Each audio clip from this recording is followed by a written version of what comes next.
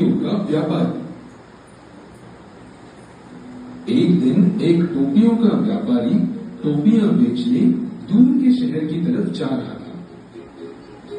चलते चलते दोपहर हो गई। वो बहुत थक चुका था।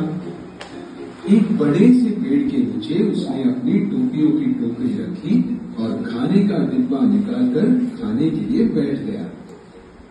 उसे बिल्कुल जल्दी नहीं थी, इसलिए उसने सोचा कि क्यों ना थोड़ा आराम किया जाए, और वो वहीं लेट गया। थोड़ी ही देर में उसे गहरी नींद आ गई, लेकिन उसे पता नहीं था कि पेड़ के ऊपर बहुत सारे बंदर हैं।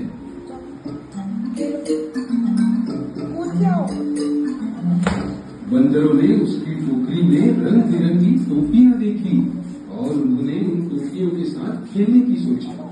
एक एक करके सब बंदर नीचे आ गए। हर एक बंदर ने एक एक टोपी उठाई और फिर से पेड़ पर जाकर बैठ गए। टोपी वाले की नींद खुली। उसने देखा तो टोपियों की टोकरी खाली थी। वो बहुत डर गया। उसे समझ में भी नहीं आ रहा था कि टोपियां गई किधर, और वो चिल्लाने लगा, हे भगवान, अब क्या करूं? अब क्या करूं? मेरी सब टोपियां किसने चुराई? टोपियां गई तो गई कहाँ? उसने जब पेड़ की तरफ देखा तो वो चौंक गया। उसकी सारी टोपियां बंदरों के सिर पर थी। वो गुस्से से जोर से चिल्लाने लगा ताकि डर कर बंदर टोपियां नीचे फेंक दें, लेकिन ऐसा कुछ हुआ ही नहीं। उल्टा बंदर उसकी नकल उतारकर उसे चिढ़ाने लगे। ये देखकर उसे एक उपाय सूझा। वो अपने दोनों हाथ उठाकर हिलाने लगा, तो बंदरों ने भी वही किया।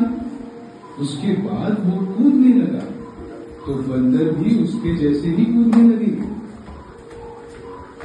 फिर उसने अपनी टोपी उतारकर जोर से जमीन पर फेंक दी। फिर क्या, बंदरों ने भी अपनी अपनी टोपियां जमीन पर फेंक दी।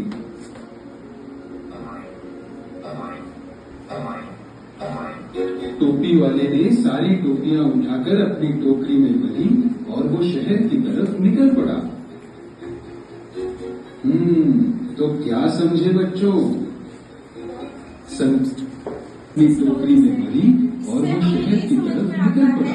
हमें जब भी कोई मुसीबत आती है तो बहुत ज्यादा तो क्या समझे बच्चों? मुसीबत के समय संकट के समय अगर